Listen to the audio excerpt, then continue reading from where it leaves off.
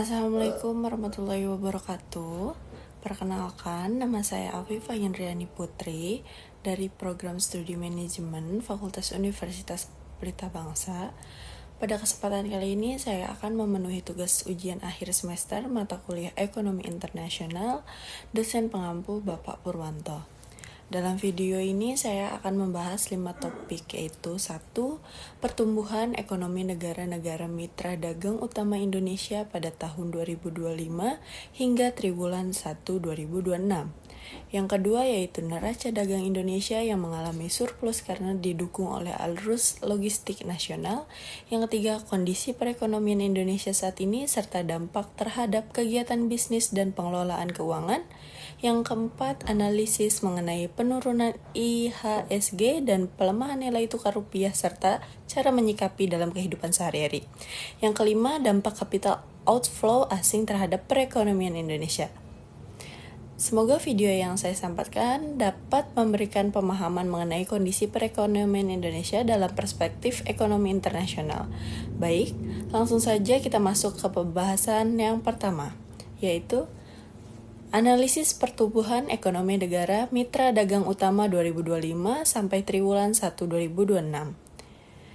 Dinamika ekonomi global secara keseluruhan, ekonomi global diproyeksikan tumbuh melambat menjadi 3,2% pada tahun 2006 dan pelambatan ini dipicu oleh ketidakpastian ekonomi dan kinerja yang tidak merata di berbagai negara. Yaitu ada di Amerika, ekonomi Amerika menunjukkan tanda-tanda perbaikan pada tahun 2026. Di Tiongkok, Jepang, dan India berbeda dengan Amerika. Negara ini mengalami perlambatan pertumbuhan ekonomi di awal tahun 2026, yang terutama disebabkan oleh penurunan permintaan domestik dan melemahnya kinerja ekspor. Ekonomi Indonesia pada tahun triwulan 1 2026 mencatat pertumbuhan sebesar 5,61%, angka yang lebih tinggi dibandingkan dengan pertumbuhan pada triwulan sebelumnya 5,39%, maupun pencapaian triwulan 1 2025 4,78%. Pertumbuhan ekonomi nasional yang kuat ini ditopang oleh konsumsi rumah tangga yang terjaga, akselerasi belanja pemerintah, investasi, serta kinerja eksternal yang tetap konsisten. Oke, masuk yang kedua yaitu neraca dagang, surplus, dan arus logistik nasional. Selanjutnya mari kita bahas mengapa neraca dagang Indonesia tetap mampu mencatatkan surplus di tengah tantangan ekonomi global saat ini. Pencapaian surplus secara konsisten, Indonesia mampu mempertahankan posisi neraca perdagangan yang surplus. Ini berarti nilai ekspor kita jauh melampaui nilai impor, yang menjadi indikator penting bahwa barang-barang Indonesia masih sangat diminati di pasar internasional. Peran vital logistik surplus ini bukanlah hasil yang kebetulan, melainkan dukungan dari efisiensi arus logistik nasional. Tanpa arus logistik yang lancar, mulai dari efisiensi di pelabuhan hingga biaya pengiriman yang kompetitif, daya saing produk ekspor kita pasti akan tergerus oleh biaya tinggi. Jika kita melihat dari kacamata manajemen, perbaikan infrastruktur logistik secara langsung menurunkan dwelling time atau waktu tunggu barang di pelabuhan. Dampaknya ada cost efisiensi, biaya operasional menjadi lebih rendah yang membuat harga produk ekspor Indonesia lebih kompetitif di pasar global dibandingkan negara lain. Yang kedua ada reliability, ketepatan waktu pengiriman menjaga kepercayaan mitra dagang internasional sehingga menjaga keberlanjutan permintaan ekspor kita. Di sini saya tampilkan gambar, yaitu adalah visualisasi analisis strategi. Di gambar tersebut ada logistik nasional dan neraca dagang surplus. Infografis ini menggambarkan alur sebab akibat logis. Efisiensi arus listrik nasional dimulai dari perbaikan infrastruktur, penurunan waktu tunggu di pelabuhan, dan biaya logistik yang kompetitif. Daya saing ekspor meningkat. Efisiensi tersebut membuat harga produk ekspor menjadi lebih kompetitif dan pengirimannya lebih tepat waktu. Terus juga permintaan ekspor naik, terus juga neraca perdagangan surplus menjadi nilai ekspor Indonesia secara konsisten melampaui nilai impor yang ditandai dengan neraca timbangan yang berat sebelah ke arah ekspor. Oke, selanjutnya yaitu kondisi ekonomi Indonesia dan dampak pada bisnis keuangan pribadi. Pada kondisi saat ini, Indonesia berada dalam fase pertumbuhan yang stabil, namun tetap harus waspada terhadap tekanan eksternal seperti fluktuasi harga komoditas dan dinamika nilai tukar.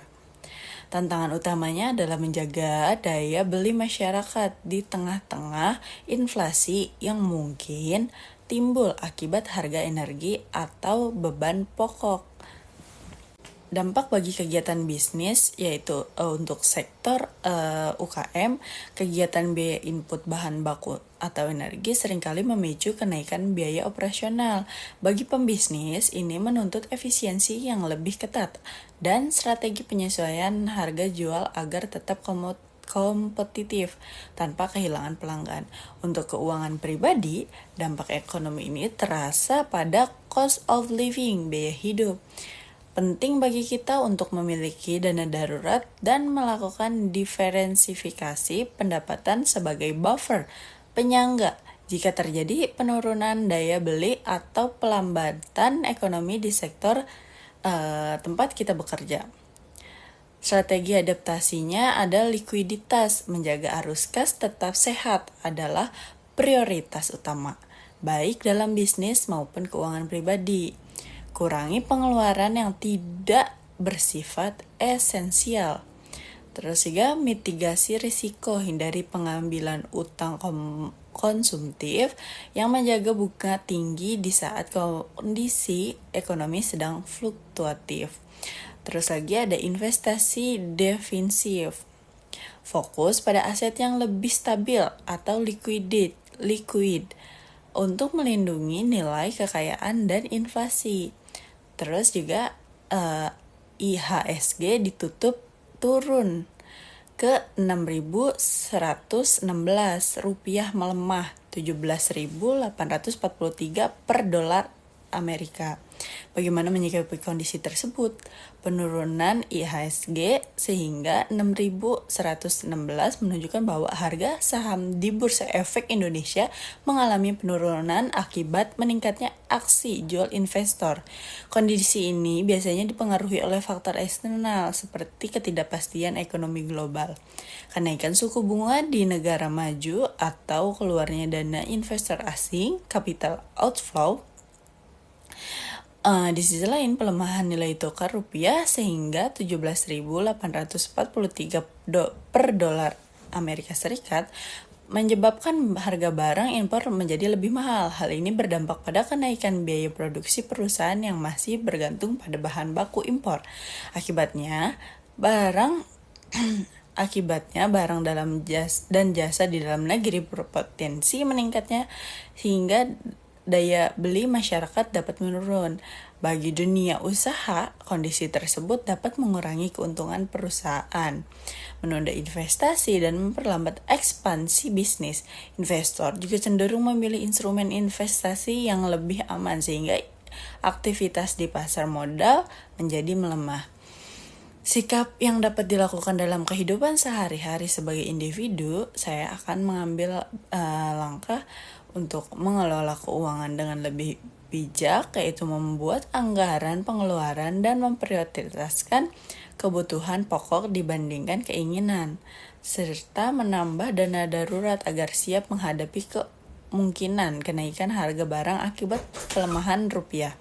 Tidak panik dalam berinvestasi. Penurunan IHSG tidak selalu berarti harus menjual seluruh investasi. Saya akan tetap berinvestasi sesuai tujuan jangka panjang dan melakukan diversifikasi agar resiko lebih kecil. Jadi, penurunan IHSG dan pelemahan rupiah merupakan sinyal bahwa perekonomian sedang menghadapi tekanan dari faktor domestik maupun global. Kondisi ini dapat berdampak pada investasi, harga barang, dan daya beli masyarakat.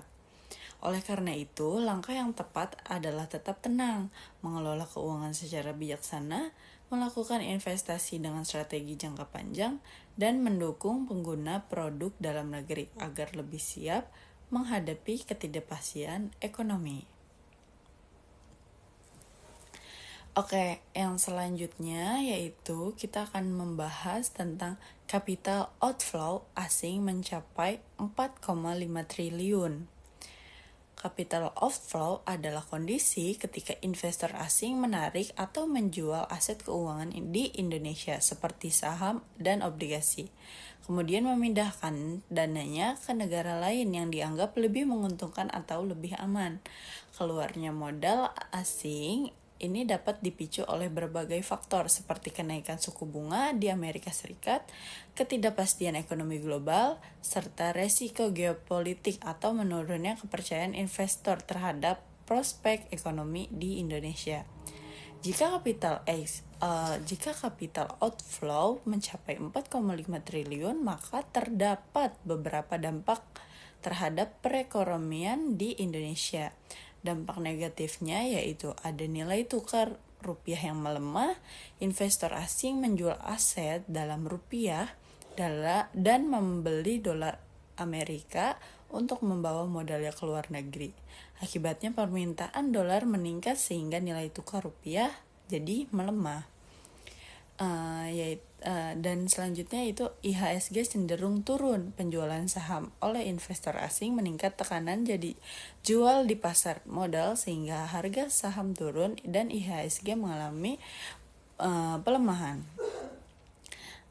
Yang selanjutnya itu cadangan devisa berpotensi berkurang. Bank Indonesia dapat menggunakan cadangan devisa untuk menjaga stabilitas nilai tukar rupiah melalui investasi di pasar valuta asing. Yang selanjutnya yaitu biaya pinjaman meningkat. Untuk menjaga stabilitas ekonomi dan menarik kembali investasi asing, Bank Indonesia dapat mempertahankan atau menaikkan suku bunga. Akibatnya bunga kredit menjadi lebih tinggi sehingga investasi dan konsumsi masyarakat dapat menurun. Pertumbuhan ekonomi melambat serta berkurangnya investasi menyebabkan ekspansi usaha tertunda. Penciptaan lapangan kerja melambat dan aktivitas ekonomi menurun. Dampak positifnya, walaupun lebih banyak dampak negatif, capital outflow juga dapat menjadi dorongan bagi pemerintah untuk memperkuat fundamental ekonomi nasional, meningkatkan daya saing industri dalam negeri, memperbaiki iklim investasi, serta mendorong investasi dari investor domestik agar tidak terlalu bergantung pada modal asing. Upaya pemerintah mengatasi capital outflow, pemerintah dan Bank Indonesia dapat melakukan beberapa langkah, antara lainnya menjaga stabilitas nilai tukar rupiah melalui intervensi di pasar valuta asing, serta menjaga inflasi tetap terkendali, menetapkan kebijakan suku bunga yang sesuai, meningkatkan kepercayaan investor melalui kebijakan fiskal dan reformasi ekonomi, serta menarik investasi asing langsung yang lebih stabil dibandingkan investasi portofolio. Kesimpulan yang dapat kita ambil dari video awal sampai saat ini, berdasarkan pembahasan di sini dapat disimpulkan bahwa perekonomian Indonesia sangat dipengaruhi oleh kondisi ekonomi global dan hubungan perdagangan internasional. Pertumbuhan ekonomi negara-negara mitra dagang utama memberikan dampak terhadap kinerja ekspor Indonesia, sedangkan surplus neraca dagang menunjukkan bahwa daya saing ekspor Indonesia masih cukup kuat dan didukung oleh sistem logistik yang semakin baik. Di sisi lain, tantangan seperti pelemahan nilai tukar rupiah, penurunan IHSG, dan terjadi capital outflow menunjukkan bahwa stabilitas ekonomi nasional juga dipengaruhi oleh pergerakan modal investasional serta sentimen investor. Kondisi tersebut dapat mempengaruhi dunia usaha, investasi, daya beli masyarakat, dan pengelolaan keuangan pribadi. Oleh karena itu, pemerintah perlu menjaga stabilitas ekonomi melalui kebijakan moneter dan fiskal yang tepat, meningkatkan daya saing industri, serta menciptakan iklim investasi yang kondusif. Sementara itu, masyarakat harus mampu mengelola keuangan secara bijaksana, meningkatkan produktivitas, dan tidak mudah panik dalam menghadapi perubahan kondisi ekonomi. Pada akhirnya, kerjasama antara pemerintah, dunia usaha, dan masyarakat menjadi kunci untuk menjaga ketahanan ekonomi Indonesia agar tetap tumbuh secara berkelanjutan di tengah dinamika ekonomi global. Cukup sekian video ini saya buat. Kurang lebihnya mohon maaf. Wassalamualaikum warahmatullahi wabarakatuh.